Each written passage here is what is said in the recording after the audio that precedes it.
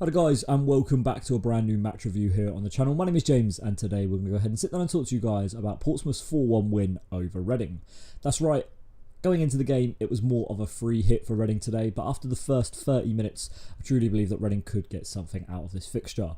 Now I know that a lot of Portsmouth fans are going to come in here, give me stick, and they're going to shout loud about the win and stuff like that, but look, listen, at the end of the day, today was treated like Portsmouth's cup final. I've had a lot of Portsmouth fans tell me that they don't care about Reading and that we're irrelevant to them and stuff like that. But today absolutely showed me different. It was treated like a cup final.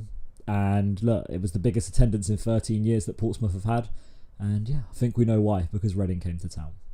Now, in terms of the game itself, obviously Portsmouth ran out 4-1 winners, but I don't think the scoreline was too justified. Listen, at the end of the day, Portsmouth were clinical with their strikes and ended up scoring 4 goals, but I truly don't believe that it was a deserved scoreline. Listen, you can make a case that Portsmouth should have won the game, but I truly believe that Reading held their own against the league leaders today. Now, the starting lineup that Ruben Sellis went with today was David Button in goal. Clinton Mola continued to play at left back with Tyler Bindon, Amadou Mbenge and Andy Yeardom returning to the side. Michael Craig played in the defensive midfielder position, whilst we saw Lewis Wing and Harvey Nibbs in the middle. The wingers were Femi Aziz and Paul Makeru, and Kelvin Ehibachiman started off up front. Now, Reading started off the game much better than Portsmouth. I think they had more chances, definitely. A few shots on goal from Reading. Lewis Wing went close. Kelvin Ehibachiman had multiple chances, which I thought he should have finished. Paul Makeru and Femi Aziz as well, both putting dangerous balls into the box from either wing. Low and hard was the target that Reading were going for, but each time Portsmouth's goalkeeper was equal to each strike. Portsmouth did, though, end up having a couple of chances themselves. Colby Bishop had a chance from long range, which went straight down the throat of David Button. Reading then had a breakaway counter-attack, and in my opinion should have seen a red card for Portsmouth.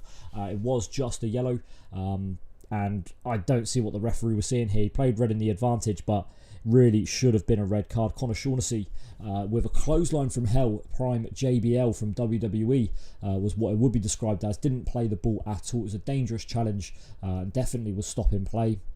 Reading would have been through, and yeah, referee has played the advantage and has only given a yellow.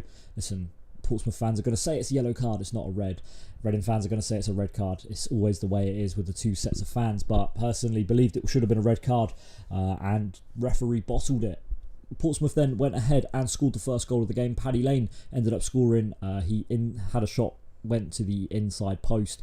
David Button has got a hand to it and it's gone in the back of the net. I thought David Button had one of his more poorer games today, in my opinion. Just didn't think he was too good. But if you take a look at the statistics for the first half, and look, I don't see how Reading don't deserve to go into the break, either winning or drawing. 9 shots compared to the 4, 1 big missed chance for Reading, 6.4 expected goals to Portsmouth 0.9, 4 shots for Portsmouth, no big chances. I thought Reading were the better of the two sides. Now, in terms of the second half, that's where I'll definitely say, look, Portsmouth were better. Portsmouth definitely came out and improved.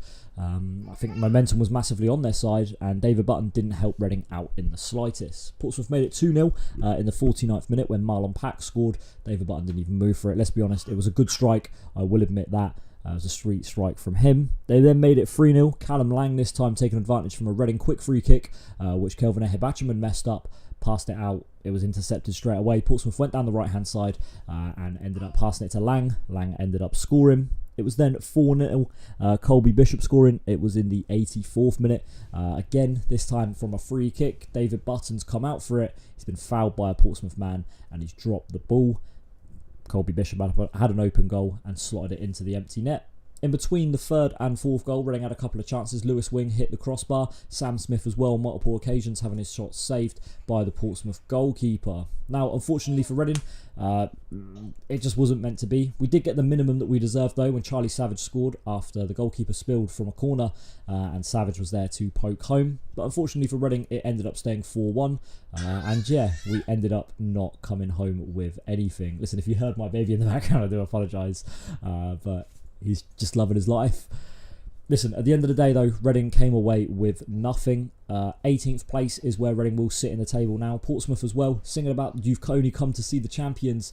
Wouldn't be too sure about that just yet. The league title isn't secure. I think it's only 6 points is the gap between Portsmouth and second place. So, yeah, might be jumping the gun a little bit there. But look, at the end of the day, I've got to say, in terms of Portsmouth themselves, only a couple of fans were there waving money. A few of them were singing "Where's your money gone?" Obviously, we know about the history of Reading and Portsmouth and how, you know, Portsmouth didn't pay their taxes and Reading were quick to jump on that. And when they went into administration, Reading fans jumped on it. Portsmouth fans obviously loving it today, quickly jumping on the bandwagon of hating on Reading. But I've got to say, in terms of the famous atmosphere, until it went 2-0, 3-0, Portsmouth fans were very, very quiet. So, yeah, I don't know if you want to give yourself a pat on the back or something for when you're 3-0 up singing, but poor atmosphere down in Portsmouth today. That's going to be it for this video today, guys. Thank you very much for watching. My name's been James, and Reading will continue to live rent-free in Portsmouth heads. Thank you for watching. See you next time. Bye-bye.